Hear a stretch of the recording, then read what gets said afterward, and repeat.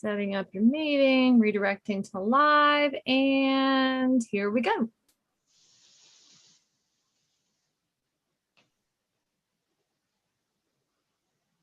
All right, so we are live. Since this is recording on the Facebook page, I'm going to go ahead and lay down some of the ground rules and information for everybody to know. First of all, thank you to everybody who is on the screen. This is 10 of your 11 school board candidates, and I'm so grateful that you all said yes to answering a bunch of questions from the community and for carving this little bit of time out of your Wednesday night. We are going to stay on time and on task because I know you guys have something every single night and every day right now in the heat of the election, so I want to be respectful of your time. And for everybody who is viewing the candidate forum here, welcome. I'm glad that you're here.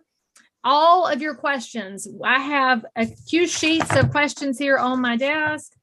The questions tonight are coming from the community. So we have verified that the questions were submitted by people in Cabarrus County so that we can make sure that if somebody's viewing from somewhere else, we're so glad, but we want to hear from the voters in this county.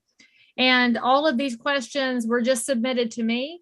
Some folks have chosen to stay anonymous. A couple folks have said, please attach my name, so I'll respect their wishes.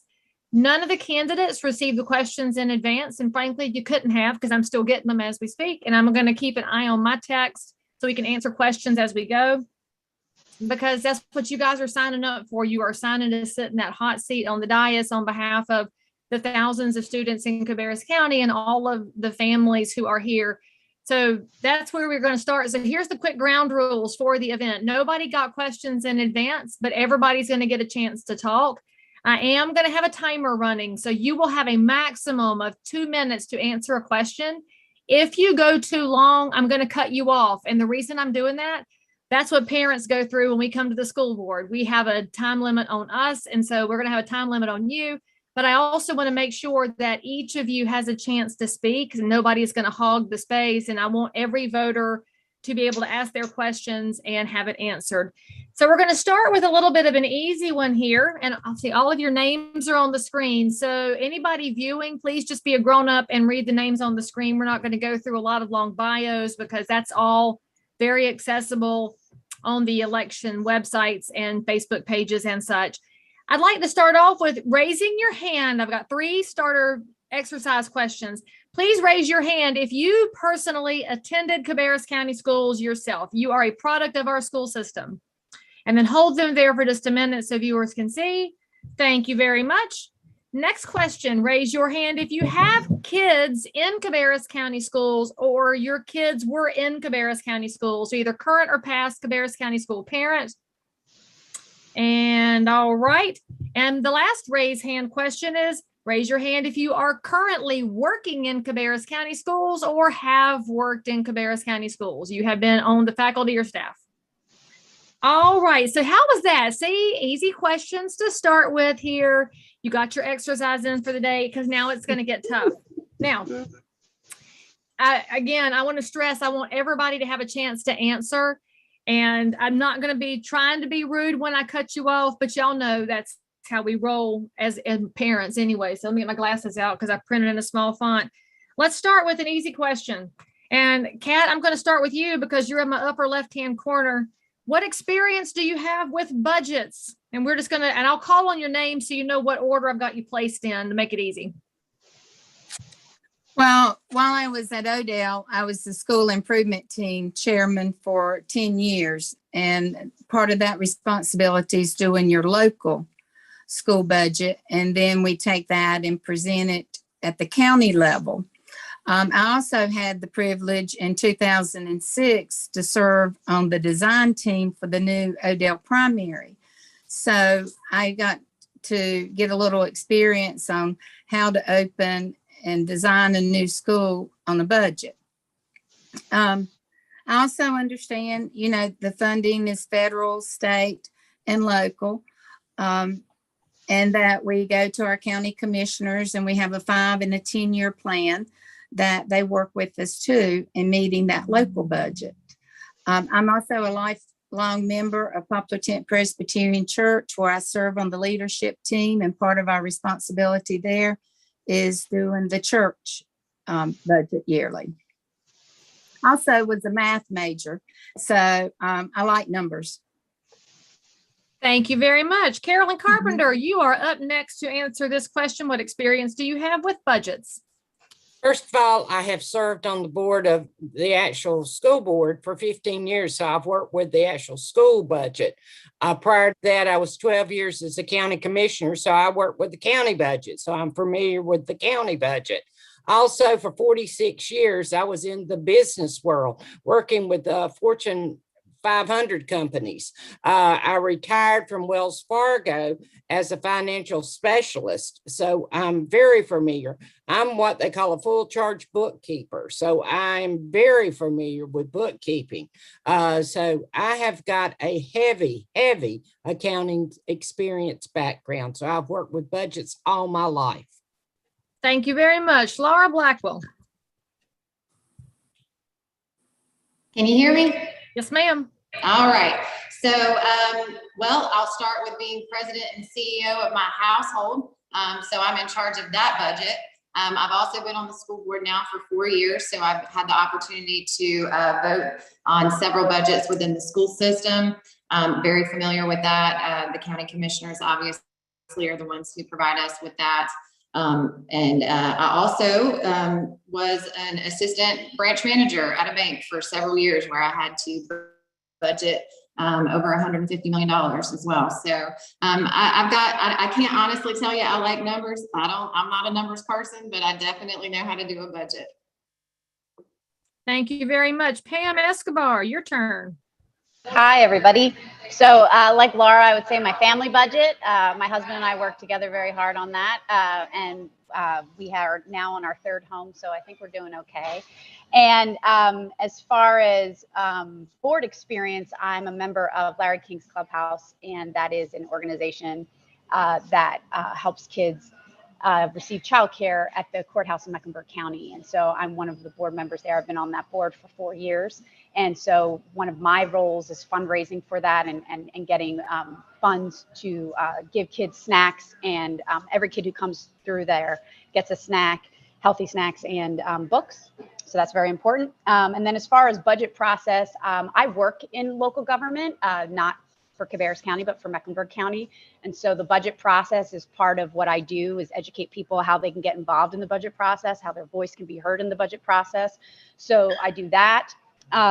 And when I was previously working for the courts, I also presented our budget requests to the county. So that, I would prepare my boss for that ask. So as far as reviewing what we've done in the past and putting those budget together, I've done that. And then I was a reporter for 10 years. And so I've covered all sorts of budgets in all government levels in 3 different markets. And then I would also say that for the school budget, I was the only member of the public who attended the budget retreats this year. There were 2 of them for the board because I recognize that what the school board does, what one of the biggest jobs is the budget. Thank you very much. Sean Turner. Can you hear me? Sure can. Okay. Yeah. So like Carolyn, I just learned that Carolyn and I have something in common, that we both worked for Wells Fargo.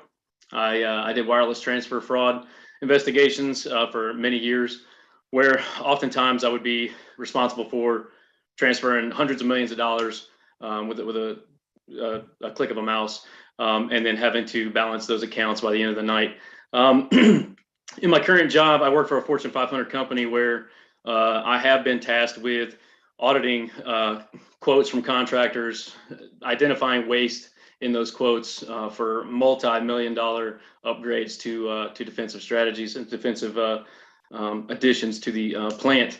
But yeah, I think, like Laura said, and like I heard Pam say, I think the most important thing is that, you know, I control my own finances very well, and that's something that I'm pretty proud of. And I think something that I do hold myself, I'm proud of myself for, is that even all those hundreds of millions of dollars that I've been in charge of, I think if you go into it with the mindset that, hey, it's not your, if It's the company's money. If you treat it like your money, you can't go wrong. Thank you very much. Brian Floyd. Well, hi, Lee. It's always a pleasure to talk with you, and it's good to be here in a different capacity today. I guess for starters, when I was in the Army, I had a brief stint where I was in charge of budget for the battalion, and that was a many millions of dollars of budget. I've been on the boards of many nonprofits. I'm not going to list them all because you only gave me 2 minutes, and I would inevitably leave somebody off. But I've done everything from be the campaign chair, be the board chair, served on executive committees, and been the treasurer for all of them. I've been through budgeting and especially right-sizing a budget before, during, and after economic events. And obviously for my job, that's what I do. I'm in mortgage banking. A lot of that includes being an economic analyst, analyzing budgets for people, including their full financial pictures. Probably the most proud thing I've done budgetary wise was I was the chair of the COVID Relief Fund, co-chaired that with the Foundation of Carolinas, where we went in and analyzed every budget for every nonprofit in the county and divvied out impact grants based on need to keep them active. And I think that was really important because they also had to be able to analyze who was going to be sustainable through an indefinite economic crisis. And I am not the president or CEO of my house. I just work here. So somebody else is in charge of all that here. Thank you very much. Melanie Freeman. Am I on? Yes, ma'am. Okay.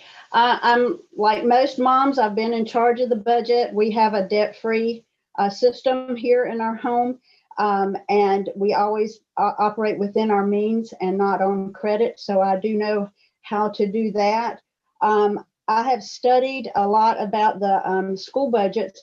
One of the things that I noticed was in 2018, the legislature had a task force on school finance reform because they concluded that the state needs to find a better way to finance the schools, but no legislation has been proposed yet. And I would like to see where that stands. If we're not doing a good job of allocating the funds to the schools, then we need to get something changed there. So we need to talk to our legislators.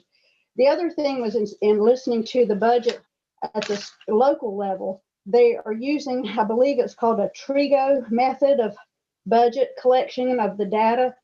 And everyone that spoke said this was inefficient and they couldn't drill down to the specifics that they needed to design the budget, but they've used this program for years.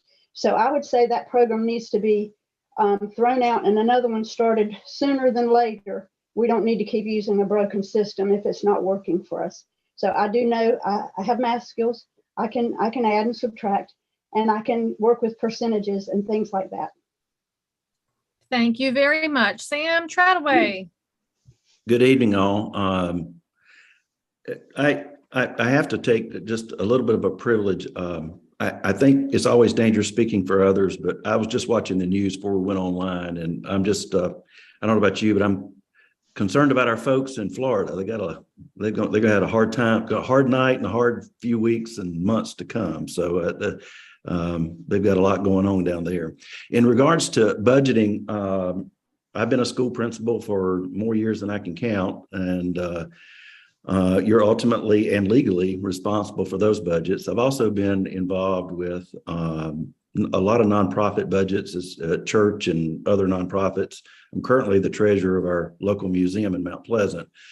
And through those experiences, one of the things that I found is that budgets are moral documents in that, especially nonprofit budgets are limited. And so to give a dollar one place means that you're taking a dollar, you're choosing not to give that dollar to another place. So it's difficult work, it's hard work, and it's one that requires listening to all requests and trying to respond to those the most responsible way so that we, keep our kids our primary focus. Thank you very much. And thank you for the mention to keep our prayers going for Florida. They haven't even gotten started on what they're going to see down there. Right. Greg Mills, you are up next. Thanks. And I get to go last behind all these financial experts. This is not an area of particular strength for me. Do with my wife manage our own household budget. We are very frugal. We are debt free with the exception of our house, which should be paid off in about a month or two. So that is sort of the ethic that I bring to the process. I have watched the school board go through the budget process 3 times now, especially in this last time, sort of noticing some frustration from a board member or two about transparency in the process and hearing something similar from the county commissioners when I've spoken with them. So the budget process in the school system is complicated because there are all these buckets of money and they have to be spent in certain ways. You can't spend this amount, this money from this source over on this program.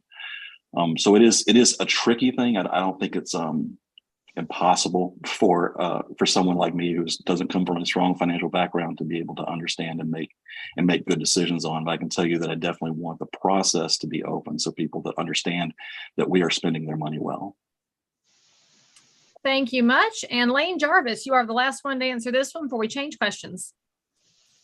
Lee, thank you for having us tonight. I'm glad everybody could be here. My experience with budgets is I've ran multiple businesses since my early 20s. The most extensive one that I had was a construction company that spanned from Raleigh, Greensboro area, all the way down to Wilmington, Myrtle Beach. I was in control as a superintendent, and I was in control of how the houses were built, how the money was spent, the negotiations on all the bids. And currently, my wife and I, we own and operate our own a couple businesses here in town, whether it's a tire store or a pawn shop. But we've been in control of our own budget for the past several years. And I think that transfers over into the school budget as well. Thank you. All right. So we're going to go to the next question. Lane, I'm going to stick with you and we're going to reverse order. So we're going to change it up a little bit. Next question is, Cabarrus County Board of Education passed a resolution and a modified board policy against critical race theory and any forms of discrimination. Would you have voted yes or no, and why or why not to that policy? I would have voted for that policy. No child needs to be discriminated against, no teacher, no faculty, no staff member, no one period needs to be discriminated against. The only thing that needs to come out are truth and facts. Anything other than that is opinionated, and everybody's entitled to their own opinion. But when it comes against facts and truth, it is what it is. That's where we need to stand on, and that's how this nation was built. Thank you. Greg? I would have voted for that policy. I think that they wrote it very well when they phrased it around discrimination specifically. When the critical race theory issue was so hot and it kind of has some tentacles that are spreading in different directions now, I reached out to people in the community and tried to have conversations with people who felt differently than me about that issue. I know that as a conservative, I'm sort of in that info bubble, and I was getting a lot of information sort of confirmed what I already believed. It was important for me to go out and reach out to other people and see how they saw that issue. And people would recommend to me that I read different books. So I read 4 or 5 different books on the issue. Really wanted to understand sort of the dynamics around race. We were going through riots. There was a lot of unrest in the country around race, and I wanted to understand it from a 360-degree perspective. So I really tried to dig into it. I think that I'm well informed on it. I hope that everybody that I've interacted with in the process sees me as someone who is respectful of different opinions and works to find common ground on these issues so that we can move forward together. Thank you. Sam? I announced that I was running before you could even file. And so this was back when CRT was such a hot topic, the times that Greg referred to. And one of the things when folks would reach out to me about critical race theory is I would ask them, first of all, tell me what you mean by critical race theory. And I found that if I asked that question of 10 people, I would get at least 12 answers. I think a lot of us are responding to things that we're hearing about And as someone who's been in the classroom a whole lot, they're describing something I haven't seen. Our son is an attorney, and he was explaining to me what critical race theory, which is a law school, a graduate law school type of thing. So I think critical race theory is the whole concept. Part of it is that we're responding to things that we're hearing about, but we're not necessarily hearing about it in our schools. And I would encourage, I would think, our parents, everyone in our community, to touch base with the teachers and what's going on in the schools, because I think sometimes we're responding to what we hear on social media and other types of silos. And I would ask them to find out what's going on at your community school and see that. I would agree with Lane in that our history is what it is, and it should not be opinionated, but we should not also slight the facts based on our opinion. So it needs to be an unvarnished truth for all of our students. Thank you. Pam?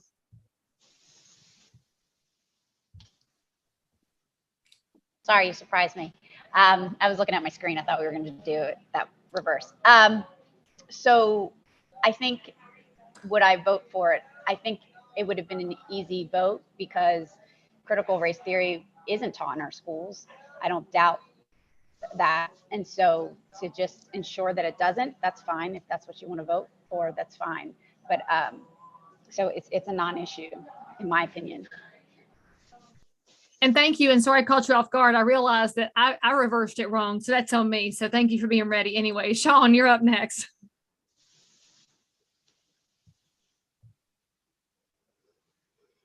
Sorry about that. Yeah, so Sam, I would agree and have to disagree with some of your answer. The part that I disagree with is that, I don't think that resolution, I'm sorry, let me answer that first part first. Yes, I would have voted yes for the resolution. I apologize. I don't think that resolution was put into place or developed and implemented to counter anything that maybe specifically that was in the classroom. I think it was more of a opportunity for the school board in Cabarrus County to stand up and do something proactive rather than reactive and say, Cabarrus County Schools isn't going to stand for this. And I think that's, I could be wrong, but I think that was more the path they were trying to take. Yeah,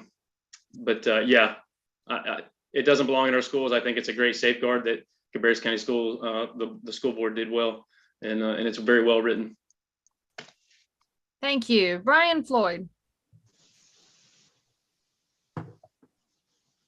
I would have probably voted for it as well. I think one thing that's important is to put it to bed. It's a hot topic issue, and it's something that getting ahead of was important to do. But I have to agree with Sam. I say that same thing to everybody.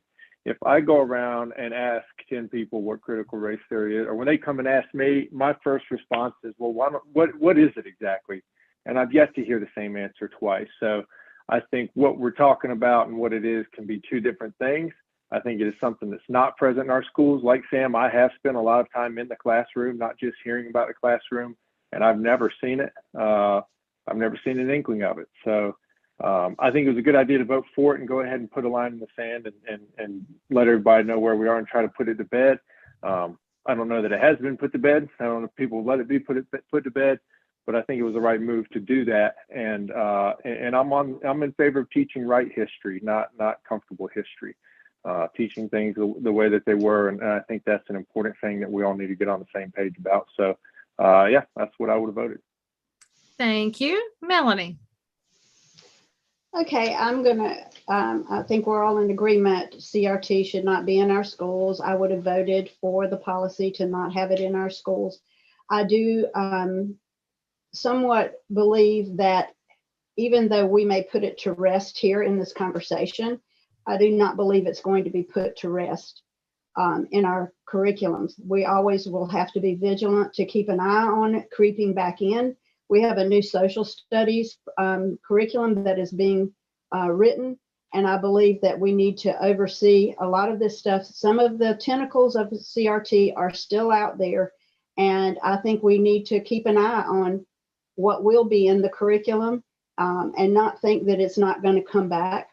I just believe we are watchful for it. But I agree, it should not be in there. Thank you. Thank you, Melanie. Laura? So absolutely going to agree that, yes, I would have signed it because I did. And I'm proud to say that I was able to be a part of that. I think that CRT has absolutely no place in our school system, just like everyone else has said. I definitely think, to Melanie's point, that we have to be vigilant in making sure that with new social studies curriculum that has come out, there have been several questions that I've asked, and in some cases, it's not necessarily what we're teaching, but how it's being taught. And so that's where the diligence and making sure of how it's being taught in the classroom comes in. So yes, like everyone said, CRT does not belong, and having this resolution in place makes sure that anyone that is found to be participating in CRT, will be held responsible for that. And that just kind of safeguards that. But again, we have to be diligent in making sure that these curriculums are being followed appropriately. Thank you. Carolyn?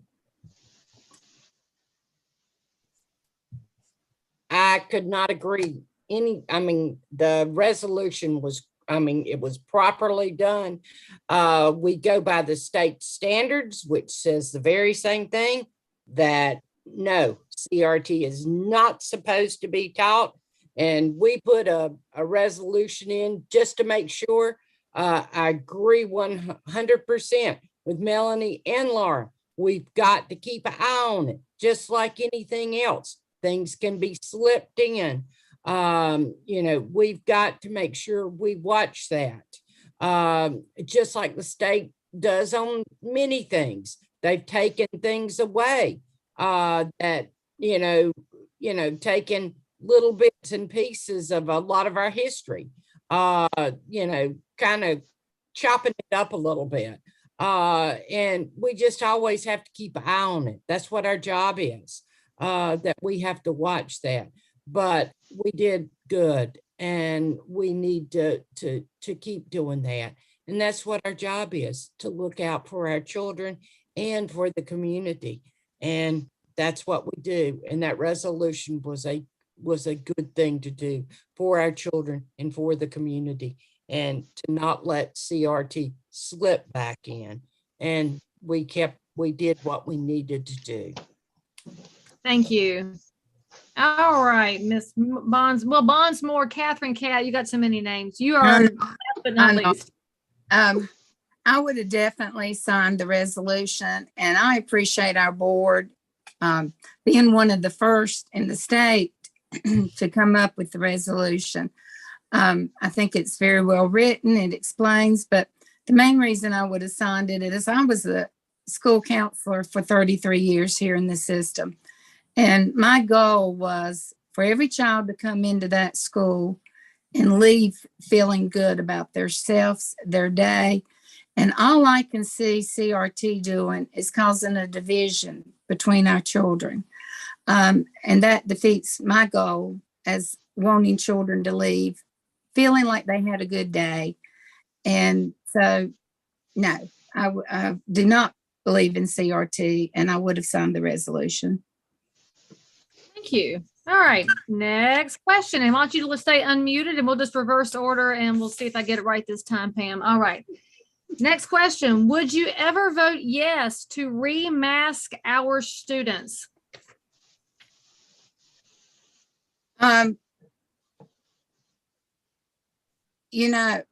Again, as a teacher, I think it would have been very hard to have taught school wearing a mask, especially with little children and teaching reading.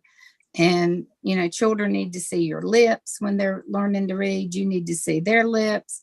So I'm hoping COVID is gone, and I'm hoping we don't have that situation to come back. But at this time, I could not ever see myself voting for mask mandate. I think it should be optional. Thank you. Carolyn? You're muted, my friend. I'm There you going to go. be perfectly frank. Never say never. You don't know what circumstances could happen. I hope that wouldn't happen. I agree with Catherine where we say we hope we're out of the woods and this isn't going to happen. But I'm not going to say never. I look at the safety and the welfare of the staff and the children, and that's what I did before. And so I'm not going to say never. I'm not going to say that. I am always going to look at the safety and the welfare of the whole of everyone. So I'm not going to say never. Thank you. Laura. Well, since I was in the line of fire throughout that entire process during COVID, my answer to that is no, I would never vote for masks. I think that parents need to make that decision whether or not they want their children to be masked. I think that working in healthcare, masks do not work that way. We have seen multiple studies on this now, looking back, that masking our children was a huge detriment to their education and learning process, which is why we have so much learning loss right now. I think with everything that we have learned from COVID, everything that we know about viruses, I just cannot see ever finding a time, especially, the fact that we had this pandemic. And at that time, I didn't vote for masks, and I don't ever see a time that I would choose to vote for masks. I would say absolutely not. Thank you. Pam.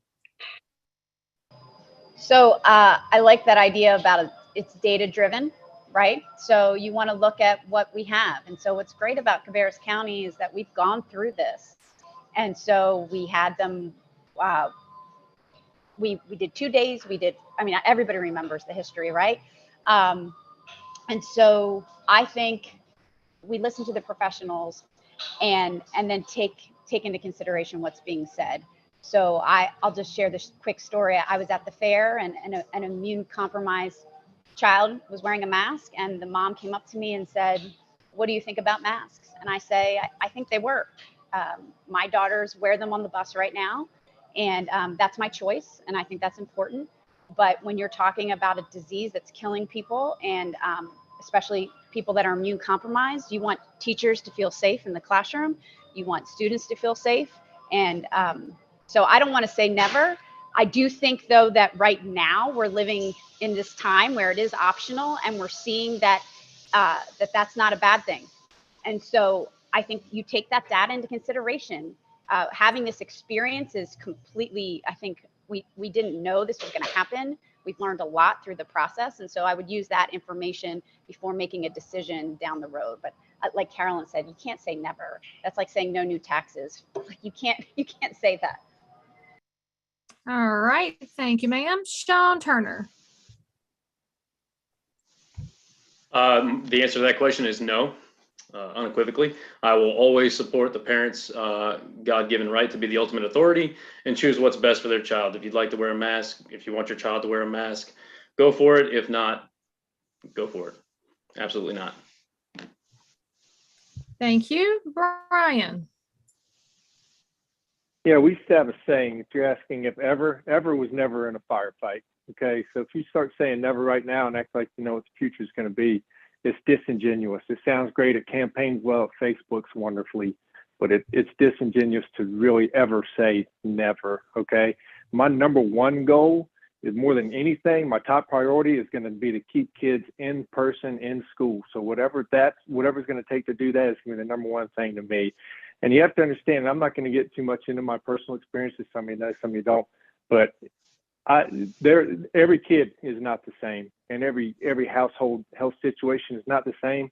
And your decisions for your kid in the classroom can be life or death to some others. And when I say some others, I don't mean in New Jersey. I mean some kids in this school system I know of that went through some things that my family went through, that it would be the end for them. And would I stand up for those kids and their best chance to get back in school? I would absolutely do that. I don't want to go back to mask. I hope that we're done with it. But if I'm going to tell you never, then that's not a really genuine comment. And I think that's an irresponsible thing to say, because I don't know what the future holds. And I'm going to always do what's best for the kids and getting them back in person in school. Thank you. Melanie. Okay, I'm gonna side on, I will always side on the side of the parents. Parents should have the ultimate say in their child, whether they mask or they don't mask. Their authority is given by God. It's not given by government. So we have mandates that by definition do not carry the weight of the law. We have been following them like they did, but they do not. And so I think parents will end up voting with their feet, so to speak. If they don't want their child in school because they're fearful for them, and there's a problem with an infectious disease, then they should put a mask on their child, or they can keep them home till the disease passes. But we assumed expert advice when it was not expert advice. We assumed knowledge. We made a lot of assumptions and put these kids in the school system through a lot of hoops that we found out later people were only making just that, assumptions. They were following models. And if you want to talk about models, if you check the track of a hurricane, all of those are models. And you can see, and it looks like spaghetti on a map, how all these different routes it could take. And that's what we based our 2 years on, were models that none of them ended up coming true. So we need to be a little more careful with who we accept as expert advice, and maybe get some other opinions. But I will side with the parents. Thank you, Sam. I want to circle back to what Carolyn said. The first priority of the school board, I would think, would be our children's safety. And I want to remind you that we know how things worked out now. It was called a novel virus because it was a novel virus. We had never seen it before. I also agree with those that say to say never is, we have vestibules now for our schools, but for children's safety. We don't anticipate someone coming into our schools wanting to do wrong things, but we can't take that, chance. We want to make sure that our children's safety, our students' safety and staff is first priority. So I can't say never. I can't say, we lost over 500 Cabarrus County citizens to this virus.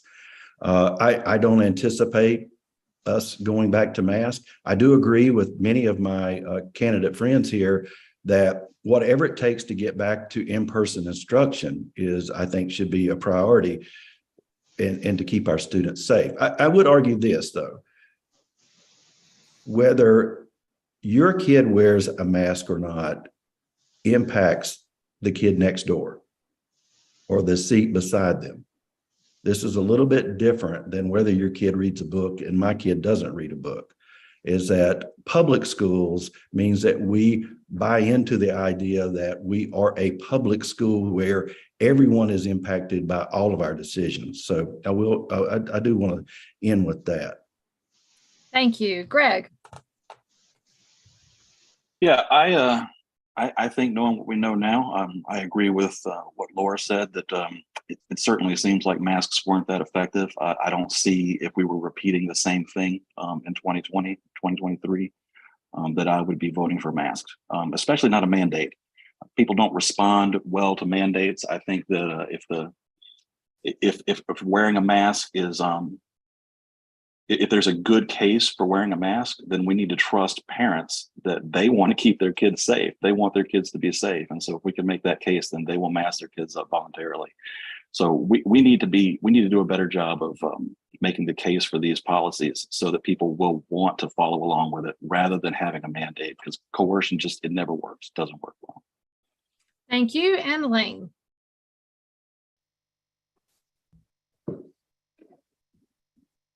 As far as masks go, no, I wouldn't vote for them. It's a parent's responsibility to raise their kid how they see fit, to have their child put on a mask or not put on a mask. I'm sorry, I'm not trying to sound rude when I say this. I'm sorry, Sam. I'm sorry, Brian, but if your kid wants to wear a mask or you want to put your kid in a mask, does not mean that you get to tell me I have to put my kid in a mask. I'm currently dealing with twin daughters that are 4 years old that'll be in the school system next year. One is pretty advanced, and because of the math situation, the other one, she's not so good. I will not ever vote against the parent. I will not go against the parent's wishes. This is something that is extremely rare. We need to engage the entire community, not just a one-sided debate on what people think is right versus wrong. We need all the facts. And that's one thing we never got during COVID. We didn't get all the facts. We only got a one-sided fact check. And I'm sorry, but I'm not going to vote for masks ever. That's up to the parents. That's the parents' responsibility. It just is what it is. As a school board member, we're here to take care of the school system. And yeah, we're supposed to provide safety for the kids. But in the same sense, how can you provide anything when a kid can't watch a teacher's mouth move so they can learn how to speak, learn how to interact with other kids, be social? No, I'm not going to vote for masks. All right, thank you. Next question. Go ahead and stay unmuted, Lane. We're going to reverse engineer with you this time. All right. Do you think a teacher should share with students? Hang on a minute, my glasses on here. Do you think a teacher should share with students their sexual identity, sexual preference, or political beliefs? Absolutely not. They're there for educational purposes. The facts matter, not their personal interjections. I don't care if anybody is whatever they want to call themselves, however they want to act in public. But when you're in a professional setting, it's meant to be professional. We shouldn't be trying to influence or coerce kids into thinking like anybody else, period. They need to learn how to think and not what to think. And when you interject personal beliefs, now you're coercing a child into believing the same things as you, when that might not fall in line with the parents. And like I said, this all goes back to parents. Whether that person is whatever they want, like I said, whatever they want to call themselves or however they want to act, you're in a professional setting. All that stuff needs to be left at home. Do the job, go home. That's all there is to it. Teach. Thank you. Greg. Yeah, I think a lot of these controversial political issues have broken trust in the school system between parents and between teachers. And I think that we need to just get all of these political arguments out of the way. Context matters. You know, if in casual conversation, a teacher mentions that their significant other happens to share the same pronoun, that's not a big deal. But if they're trying to sort of push a moral agenda or a political agenda on children, then that's completely out of place. And I think most of our teachers understand that, and I hope that they understand that pushing those issues is what is causing so much distraction around our education system. And if we want to get back to issues of learning loss, discipline issues, staffing issues, then we need to take all of these other things off the table. Let's stop letting the focus be on that stuff by stopping the political agendas in the classrooms and in the libraries, just generally from both sides. Thank you. Sam.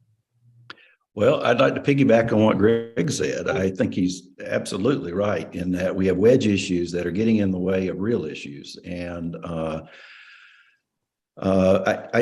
honestly, I'm a little bit confused, which is not unusual, but the question was, I think, a yes/no question. I don't think that a teacher, especially from the podium in front of a classroom, should be espousing anything. But I do want to, I just feel like that we have a teaching shortage, and we keep putting more and more burden on the teachers. And I'm not trying to say that teachers don't have an obligation. I think it was Lane that said that we want to teach them how to think instead of what to think. I can only agree with that. I can only espouse that. But you know,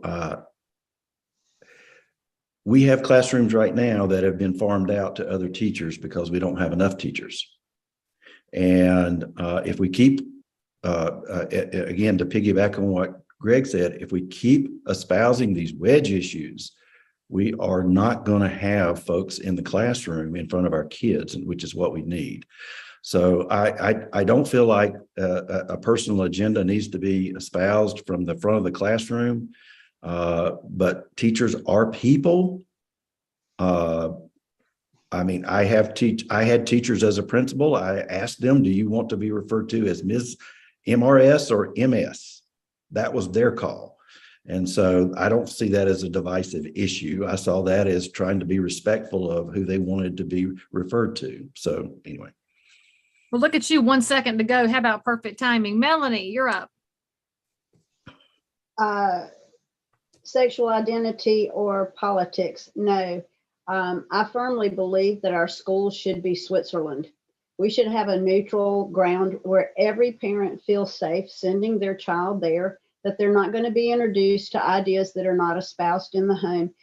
If we concentrated on the basic education, which we are charged with doing, a sound basic education, we wouldn't have time for all of those wedge issues. And we have learning loss. Why do we have learning loss? Because there's not enough time in the day, because of all these other things that are going on.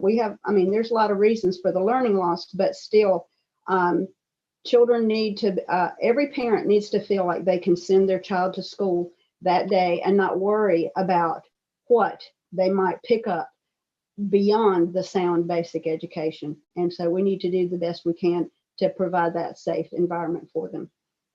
Thank you. Brian.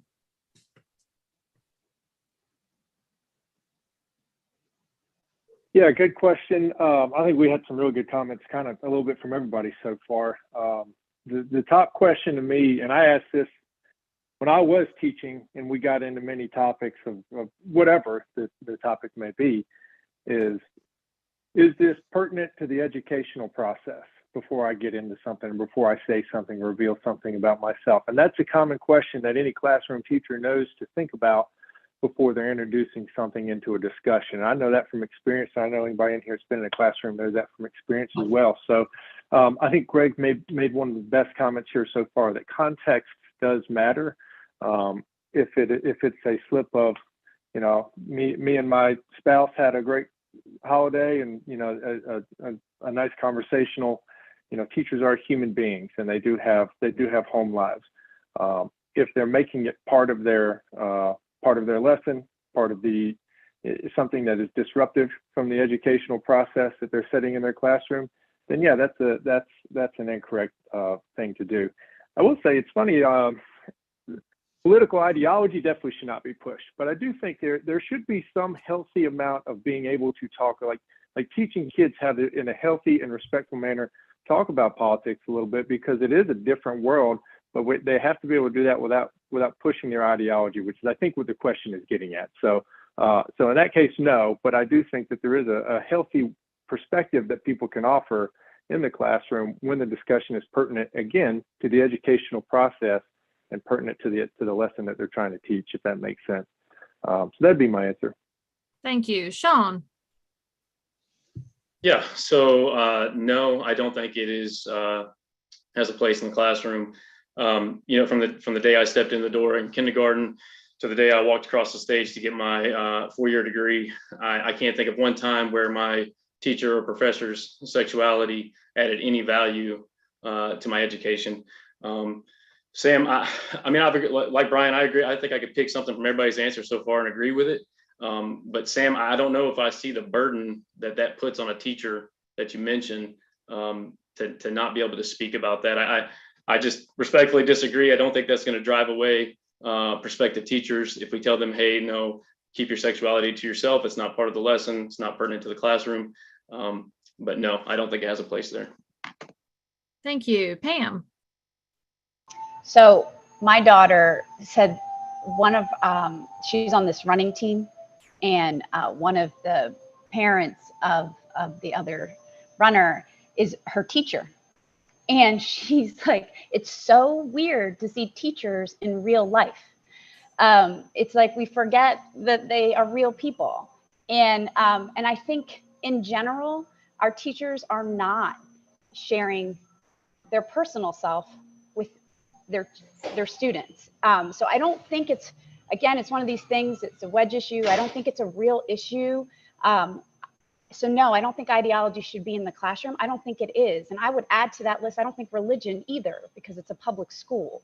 So I would just say that when you talk about stuff like this, when you act like it's happening without real facts or pointing to a real circumstance, you're attacking the entire profession. You're attacking all teachers. You're saying, we don't trust you with our kids. We don't think you are truly teaching our kids what they need to learn, when they are. So be careful what you say to get votes, because it's dangerous. Stop attacking teachers. Thank you. Laura. Nope. There you go. Okay, thank you. I'm going to take a little bit from what I've heard and then just kind of interject my own. I definitely think that if we don't want to make this a wedge issue anymore, then it needs to stop. I don't believe that political or sexuality should be discussed in the classroom. I understand that there might be a situation that comes up where somebody does, talk about their spouse, and maybe their spouse happens to be the same gender. That's different than espousing that your morals and beliefs are something, and then, that gets into the definition of what we think about when we think about indoctrination, as far as what are they teaching you as a child to believe a certain way without question.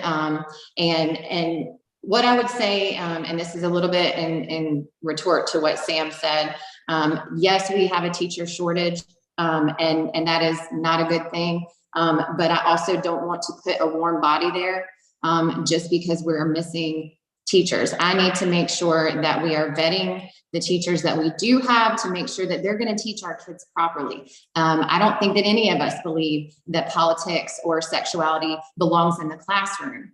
But for us to be naive to think that it hasn't happened in the past is wrong. Does it happen in the majority of the cases? Absolutely not. We have wonderful teachers in Cabarrus County. We do. And I appreciate them so much for everything that they do, but we would also be naive to deny the fact that it could potentially happen or has happened in the past. Thank you. Carolyn. Definitely, I would say that no, it does not belong in our classroom. We are supposed to, as was mentioned before, we want just to have a sound basic education. That's what belongs in our classroom. And that's what's supposed to be being taught, the basic education. And that's what we want. And that's what we've been getting. We have wonderful teachers. I know we do. I've been in the classroom. I've seen it. And that's what we need. And that's what we've got. And like I say, and it's been mentioned a couple of times, yes, there is a teacher shortage. And I know why, because they've had two and a half rough years, and a lot of them are just burnt out.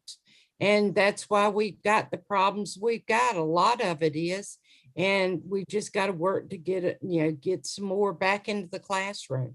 But like I say, we just need to be teaching a basic sound education. Thank you very much. All right, Miss Catherine, last but not least. Well, I don't see where it's necessary for students to know that information. But when you work in an elementary school, you never know what question is going to be asked of you. And of course, that's the time that you take that question and you make it a learning experience to explain to children that might not be an appropriate school question.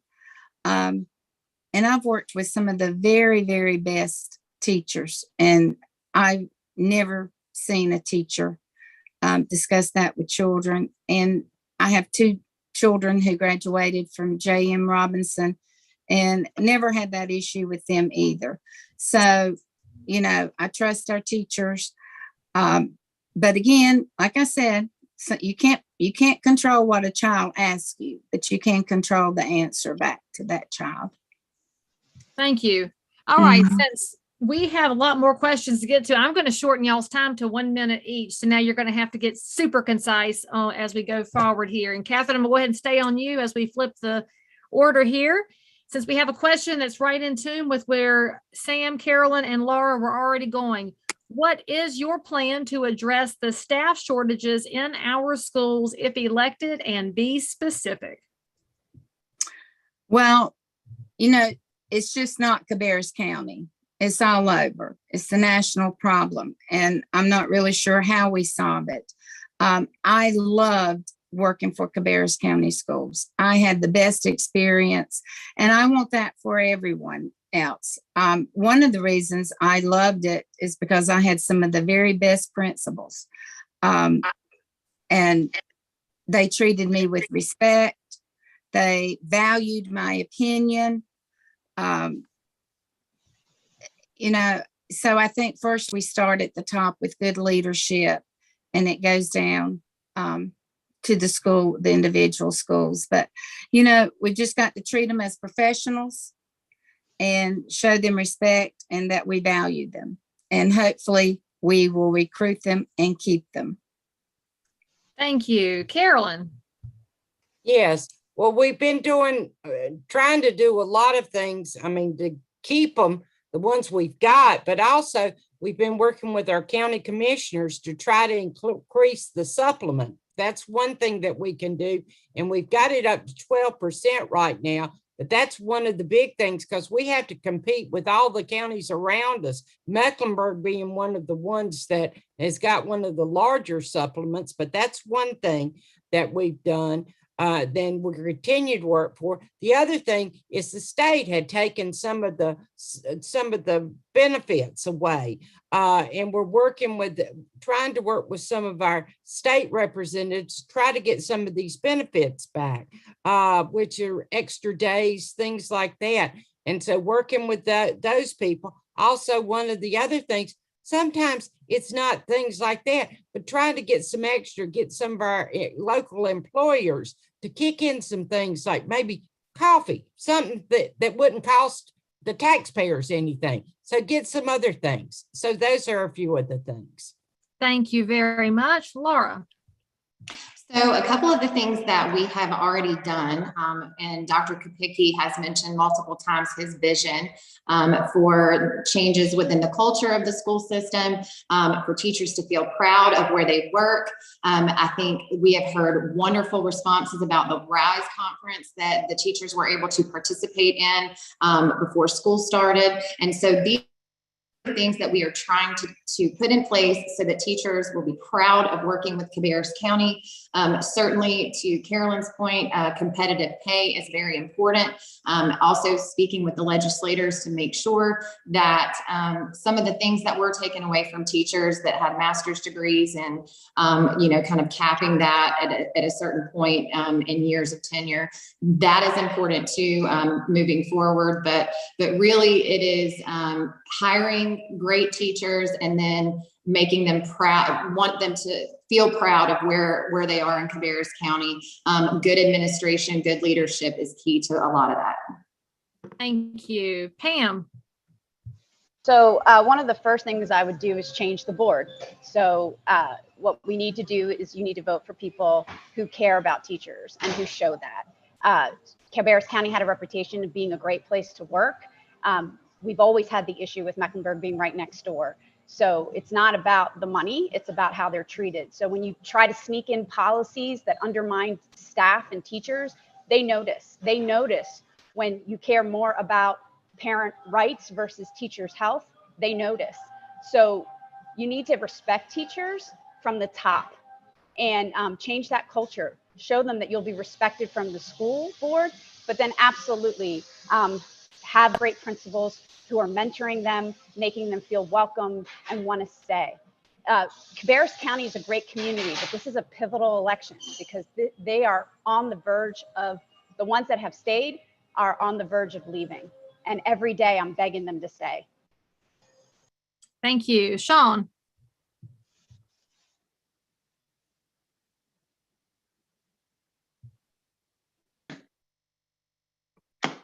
You're unmuted. I can. Okay, I there can we go. see- My There you screen go. froze up. I'm sorry. It looked like I was muted. First of all, I think it's cute that some people think that you can't care about teachers and care about parents at the same time. I'm kind of proud of the fact that I can multitask those concerns. So yeah, I do care about the teachers, and I totally agree with Laura and Carolyn. For the longest time, I said, hey, we've got to work with the county commissioners. We've got to work with the county commissioners. So I wanted to dig deeper into that, and I actually went and talked to some county commissioners, and I got some ideas. And the real short answer, since our time is shorter, our schools are costing around $125 million. $125 million. There's a middle school built right across the street from my neighborhood that looks like a UNCC satellite campus, a middle school. I say we work with the county commissioners, put some building standards in place, that we don't go outside those parameters, shave off a little bit of money off the construction of these things, and add that to the supplement for these teachers. And then also we need to do what Laura said and lobby those legislators up in Raleigh and say, hey man, step off that checkbook a little bit. Thank you. Brian. Well, this issue is near and dear to my heart because I was a teacher, and I'm still in touch with many of them, many of my good friends from the profession. I'd say number one, and some of these things have already been talked about, which were good. Culture is the top thing we have to cure in our organization. Laura alluded to the RISE conference. That was a great, I've heard nothing but great feedback about that. That's a wonderful step in the right direction. Two, we got to restore respect. I mean, the easy answer is more money, but we don't. There's not infinitely more money, and there's not a number to put on it. So we have to restore respect, and teachers should not be afraid. Kind of going back to the last question, yes, these things are inappropriate in the classroom, but at the same time, we shouldn't have teachers afraid to accidentally let something slip, and then they're going to be answering to a tribunal. So we have to establish respect back for our teachers and get away from micromanaging what they're doing. Put in place people that hire good people and let them teach and help guide them along to do that and give them the resources to do that. We do have to fight for the supplement. The county's been great to work with on that, and we're very competitive, and we have work to do. We have to think about outside the box things. Last night we had curriculum night for my kids, and the first question that my wife and I asked were, have y'all been home yet today? No, they hadn't been. They've been there for 12 hours, hadn't even been home. So we got to think about things on ways how to give them a little bit of better living. Teaching people get into teaching are two things: get a living wage and retire well, and neither of those things are true anymore. We got to get back to that. Thank you. Melanie. Okay, there was some allusion there that some people are attacking teachers. I can't think of anyone who has attacked all teachers for any reason. I have taught in Title I schools. I have taught in elementary schools all the way up through college. I have taught all age levels. Nobody respects how hard this job is as a teacher who's in there all day. And sometimes at 9 o'clock at night is still grading papers because her planning period was taken from her because she was substituting for another class. So we all know that these teachers need the respect to do the job that they do. They also need respect from the students in the classrooms. I talked to a teacher the other day who was leaving Cabarrus County because she was breaking up a fight in her class while another student spit in her cup.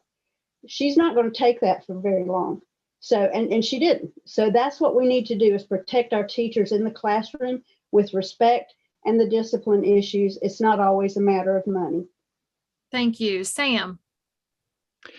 Well, as a principal, I've been competing with neighboring counties to hire and to retain teachers for many, many years. That used to be an unfair fight for me with Charlotte in the past. I was always able to convince them that the advanced stipend they had over us was not worth it. I'm not sure I can say that now. Circling back to the comment that Sean made, is that when you're a teacher and you're afraid to say my husband or my wife without being called before the court, that kind of environment does not lead to keeping teachers or retaining teachers or hiring teachers. We've got to support our teachers, and a lot of that comes from the building principal. I do recognize that. So we have to, these are human beings that we have. Industrial hygienists tell us that the work environment is just as important as the stipend. And so I'm hoping that we can, as a board, start to support our teachers more than we have in the past. Thank you. Greg? Yeah, I feel like this is a good place to mention that my wife is a teacher. So I've sort of been watching the trajectory of the teaching profession for the last 20 plus years. If you think that the staffing crisis was created by COVID, we were dealing with this before COVID. The respect for the teaching profession has been a problem, and it's been on the decline for a while.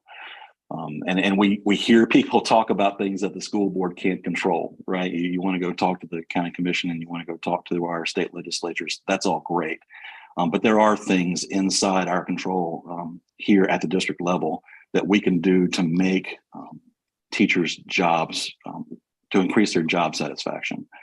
If we talk to teachers, we'll find out what they need. I mentioned discipline before. If teachers discipline a student and then they're not backed up by administration, they're not backed up by the district office, then that's a problem. They feel like they're disempowered to do discipline anymore. So that's an issue that we can address here. Teachers are overburdened with paperwork. Teachers are overburdened with meetings. Those are all things that we can work on in the district, and we should work on. And when teachers see that we're hearing the things that they're dealing with and that we're making those changes, okay. Good stuff. Thank you very much, All right. Lane. I would like to say that out of everybody on this panel that I see, I don't see anybody that's disrespected or been rude or come after a teacher, period.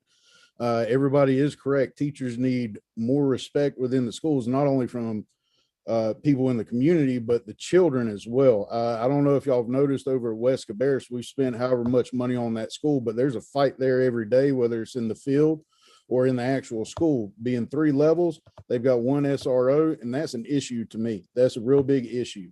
But going back to the teachers, I think a better question would have been teacher retention. But I digress. One of the things is, like Brian was saying, is culture. We need to change the culture back to what it was, where everybody worked together to achieve a common goal. 2 is money. Plain and simple. It's not an easy answer, because like Sam said earlier, you take $1 from here and you put it there, that where it came from is not getting that dollar back. So it's going to be a tricky situation, but it's something that I think we can all work together, whether it's lobbying the state. And you got to remember, Governor Cooper ran on getting teachers more money and he vetoed that bill. But in the same sense, it's getting the community involved, helping them. Okay, we're going to change questions. Thank you. And go ahead and stay with me, Lane, and answer this one from the community. How will you help support our exceptional children and our EC staff? It's sitting down, having a conversation with the staff, finding out what they need, how much of it they need, getting out into the community, trying to do fundraisers, trying to get local businesses involved that are willing to go after and stroke that check, so they not only get the write-off, but they're also helping the students. It's going to take a community, like I said a moment ago, coming together to make sure that our teachers, whether they're in the EC department or the IEPs, whatever have you, we've got to come together and help them as a community. Thank you. Greg? Nope, you're muted. There Trying you to get to it. These are complicated issues. My wife is an EC teacher, and one of the problems we have is the way we sort of evaluate these students. It is easier for an advanced student to show achievement, but it is difficult for them to show growth. And it is easier for a student who is an EC student to show growth, maybe depending on their disability, not easy for them to show achievement on grade level. And we evaluate these teachers on these metrics. So they're in a difficult sort of catch-22 position. We have to sort of understand the special needs of these students so that we can evaluate them properly and educate them properly, give them what they need. I'm trying to get in under a minute. The paperwork side of it is a problem. For my wife on the EC side, she spends a lot of time at home doing paperwork.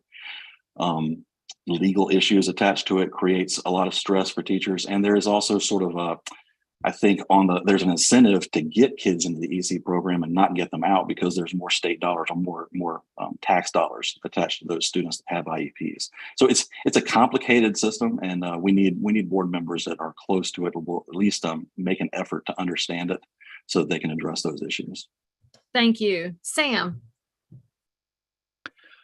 Yes, I've had as an aside, I've had the opportunity to work with Greg's wife a couple of schools, and she's excellent, and she's a model for what we need for EC teachers. A couple of years ago, or no, more of that now, we hired a series or a cadre of psychologists to come in and take one of the burdens off our EC teachers, which was testing. This served our parents well because these folks were specialized in training and explaining these testing to assess our students. It took that burden off our teachers. It kept them from having to do testing instead of teaching. I think we need to look for other ways where we can support our EC teachers, and paperwork is one of the huge, and again, I want to echo what Greg said, paperwork and just the legal ramifications that they deal with on a day-to-day basis. What we can do, whatever we can do to support them so that they can actually address the needs of our students. That's what we need to look for. Thank you. Melanie? I think what we need is some advocacy for these EC teachers. They need to have more voice as to what they do need. I don't think they ever, I don't know. Like I said, it's primarily their principal who they appeal to, but we have the EC funding is capped at 12% from a state level, and that doesn't always fit for every county. That needs to be reassessed. We also have safety issues for some of these EC teachers. They might need more help in the room than they're getting. And there's also a shortage of students wanting to go into the EC program. All of this is going to take research and delving into these issues. I don't think everybody has a one-size-fits-all answer for any of this. Thank you. Brian? This is another topic I'm super passionate about. These are the kids I worked with the best when I was teaching, and I loved the most. So the number one thing I'd say is, and we've done a great job of implementing this. I had this idea years ago, and now somebody's doing it. So it obviously wasn't my idea, but IEP writers that we're using, I love this program very much. Everybody says get rid of the paperwork. You can't get rid of the paperwork. It's important. An IEP matters. A 504 matters, and doing it right matters, and following it matters. And the paperwork is important to do, so you can't get rid of it. There's not much redundancy there. But if you could get it out of the EC teacher's hands so they can focus on teaching, because if you gave every school 10 more EC slots, they couldn't fill them. But you could probably get 5 more clerks or 5 more IEP writers to come in and take that burden off of them. So those 5 EC teachers that you do have can maximize their capability on the battlefield out there. I think we have to work to produce continuity within schools so they're not moving around very much, because that's not healthy for those kids, especially kids that are on the spectrum. When they have a different teacher every year, that can be really, really tough for them. We got to be proactive about getting these kids into some extracurriculars and providing opportunities for them to be part of extracurriculars. And we also have to be proactive about identifying kids who might have issues sooner, because when I was teaching, we'd have kids show up from New Hampshire and they didn't even know how to read, and they're in the 10th grade and nobody ever noticed. So we got to be proactive about properly identifying issues that kids have. Sorry, I'm talking fast. I know we got a minute, and I got a lot to say about that subject. Thank you. Thank you very much. Sean? Yeah, so I will go ahead and agree with Brian on this one, and Sam and Greg. The EC teachers and the EC teachers that I have spoken to, this is not something that I'm super well versed in, and I have no shame in admitting that, but it is something that I really, really have tried to jump into and dive into, and everybody on this board will probably agree that the more you look into the EC program, the more you find. It is just an endless rabbit hole of issues that has only been spotlighted and silhouetted during the pandemic. And it's really unfortunate, and it's really sad. Greg, I think this was your idea, your idea the first time I heard it. If it's not, I'm going to give you credit for it. So here's a freebie. The admin for the paperwork. I think I heard you speak to that one time on something else. The paperwork there is an endless amount of paperwork, and you're exactly right, Brian. if we can free up the EC teachers from that endless amount of paperwork, because it's not going away, it's a necessity of the program. If we can take that out of the teachers' hands and give them more time with the students, I think that's a start. I think the head, Lord, you're going to have to help me on this one, Carolyn, the new head of the EC department. I cannot remember her name, but she really impressed me speaking to the board at the meeting that I was at. She's great. I think she's going to do great things for the department. So that's a step in the right direction. Okay, I'm done. Thank you. I was giving you an extra second because you were looking for a name, but don't expect that again. Pam, you can have one extra second because Sean did it. You're still muted, Pam. There you go. Oh, okay. Hi. So I would just say this conversation is very inspiring. I just really appreciate everyone who's coming at this right now. And like Sean, I'll say I didn't have a lot of experience in this. So what I've been doing is speaking to parents and teachers to try to understand some of the frustrations that they're both experiencing through this process. And I think ultimately everybody is putting kids first in these situations. So that's most important. But this goes back to the respect issue. Teachers don't feel respected. And so it is hard for them to feel comfortable to truly voice what they're seeing in the classrooms and what they need. And so I would just say that I would be a listening ear to that. Going to paperwork, I understand that that's a frustration for teachers, but at the same time, parents tell me that that paperwork is so important to them. That's the only thing they have to hold the school system accountable to get their kids' needs met. So they are a little bit concerned about having someone who's not the teacher create that paperwork. So, you know, I think that's a process. We have to figure out something. So it's all about talking that out, but we need to make sure that people can truly come to the table and voice their concerns, because there's definitely teachers right now that do not feel comfortable doing that. Thank you. And Laura. So this issue is also very near and dear to my heart as well. So one of the things, and Sean, I will give this to you. The name you were looking for is Angela Fitzwater. So she is our new director in the EC department, and she is absolutely fantastic. She has given us a lot of information as far as where the EC program is moving to. I will agree with those of you, Brian, I think you said this about the IEP writers. That was absolutely exactly what these teachers needed, was to be able to have somebody, overseen by the teachers, obviously, but the 504 and the IEP is filled out by someone else to give those teachers that time and free them up. I'm also going to give big shout out to Jonathan Vogel. He is one of our board attorneys, one of the attorneys that we had the opportunity to hire, and that is his specialty, is EC. He has gone into the department and spoken with teachers. He has spoken with administration. He has followed up on any of these EC cases that have kind of been pushed off to the side. We know that it's super important that we keep these IEPs and 504s up to date for these parents, because that is the most crucial, is that parents have this information for their children. Thank you. Carolyn.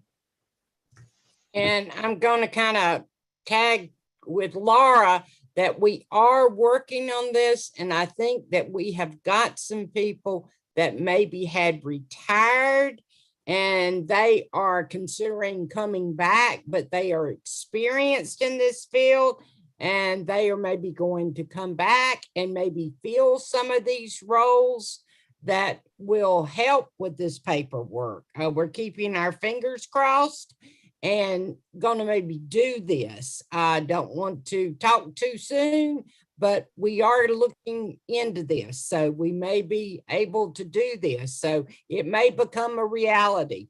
And again, we are looking at all of these possibilities. So we're moving forward on this. And then also we've done some programs working with the parents on this. So we're heading in the right direction. Thank you very much. All right, Karen.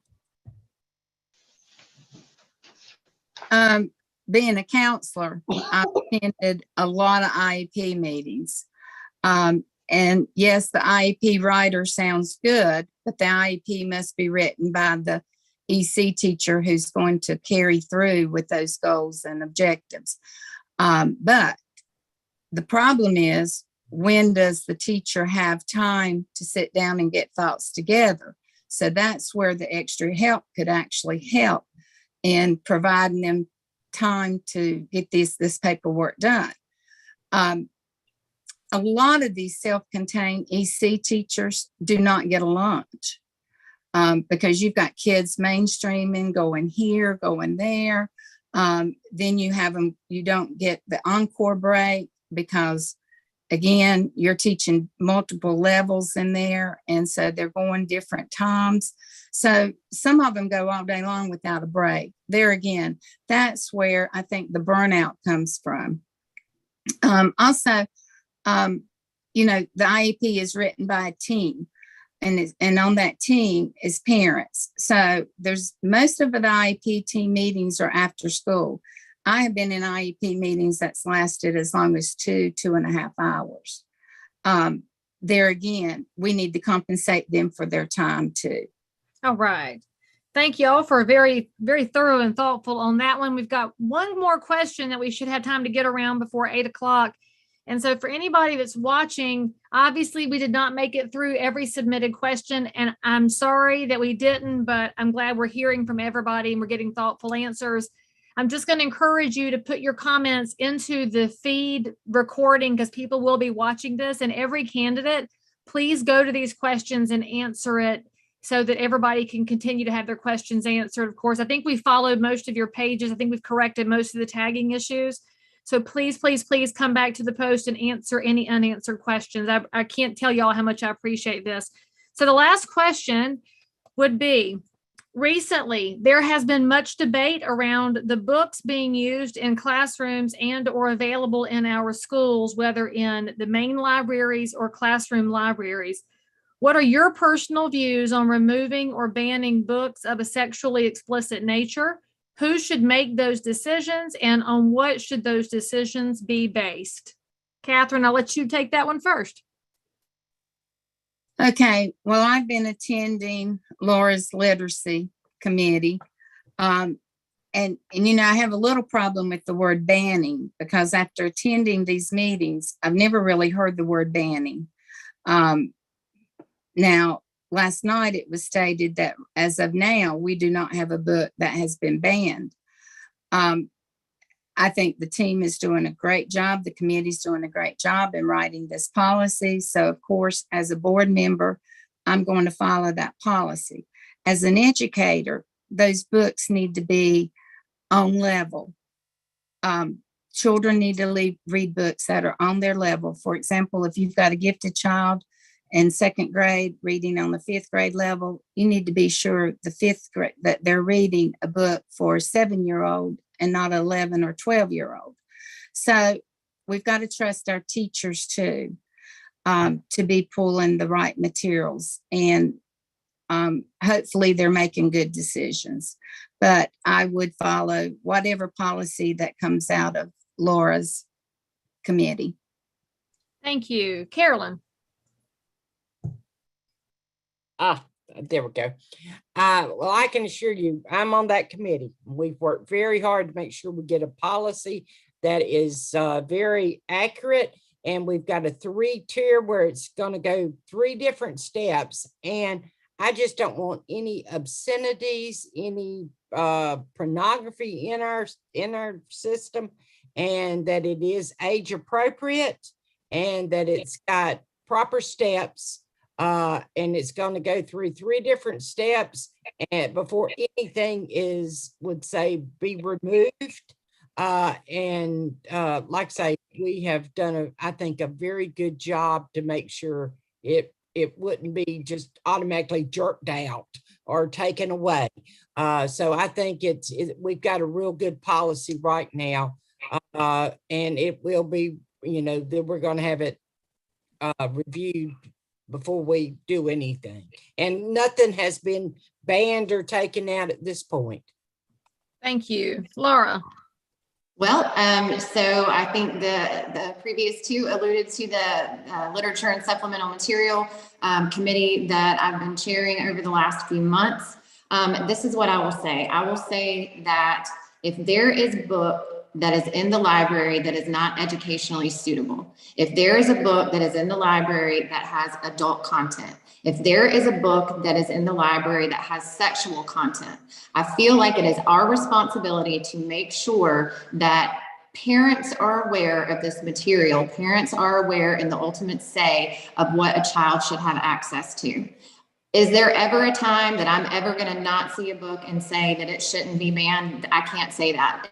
At this point, I think that I'm going to use my discernment as an adult to know that there's material that doesn't belong in certain books. Oh gosh, okay, sorry. There's material that does not belong in the school system. It's not appropriate for children. I'm very proud of the work that our committee has done, and I look forward to talking about this on the Monday's meeting. Thank you. Miss Pam. So I think parents have been pretty vocal about this topic. And I think the thing about the committee is that if you're going to have a policy, and if there's going to be a form for parents to fill out, then there's got to be a way to appeal the process and then to also be transparent about it. Meaning if books are, whether they're banned, whether they're pulled from circulation, whether they're put into a parental approval process, that needs to be explained. And I think that's what parents have been requesting this whole time. And that wasn't being heard through a lot of this. I will say last night it was. And so I'm very thankful that that happened. I was scared last week because it looked like we were going to throw all the decisions about books to the school board. And that seemed counter to everything that that committee had been working on. So that was scary. So yeah, I think the nice thing about these levels is that it's handled at the first. A parent, if they have an issue, or an employee of the school needs to talk to the principal of the school. That's the first step. Then the first level is at the school level. Then the second level is at the district level. And then at the third level is when the school board comes in. And that the school board, if they're going to be making this decision, they're going to have a rubric that sort of guides them in this process. Because obviously at the school board level, we're not necessarily educators. So it's helpful to have that rubric to know what you're doing to decide if this book is appropriate. So I'm thankful for the current process. It was in jeopardy last week, and it looks like it's going to move forward. Thank you. Sean. So I attended the literature review committee meeting last night, and that was interesting to say the least. Bottom line is, this board, this education system is a system that lives and dies off of policy.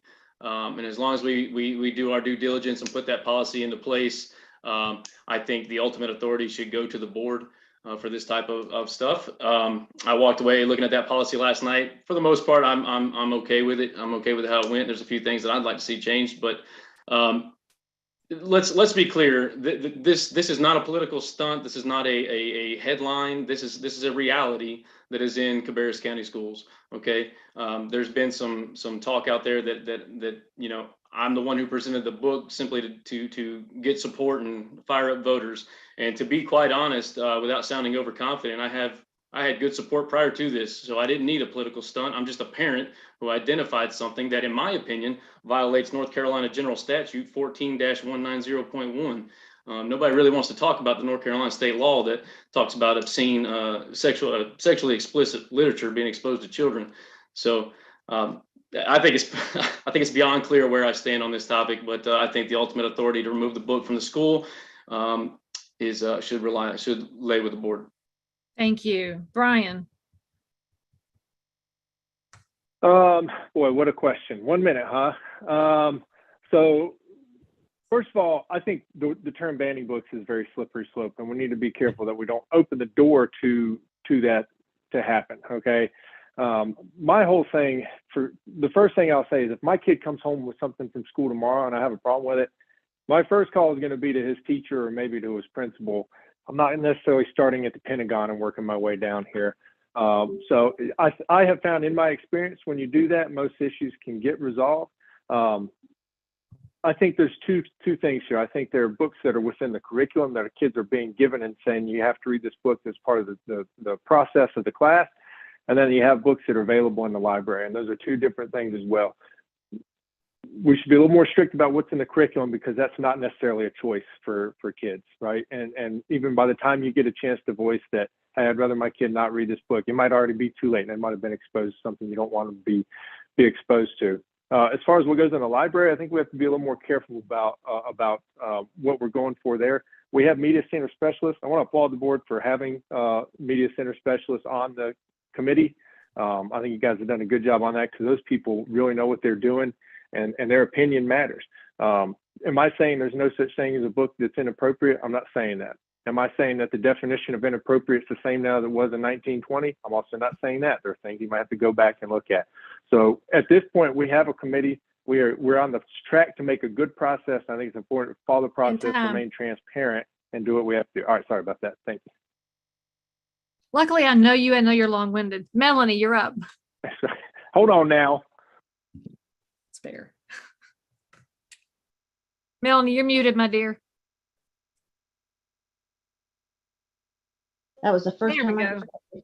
I think the question coming from the audience is people want to know where your heart and your integrity is on this matter. How do I personally feel about sexually explicit materials and foul language given to our students to read? I don't care if it's in the classroom or the library. That's not the issue.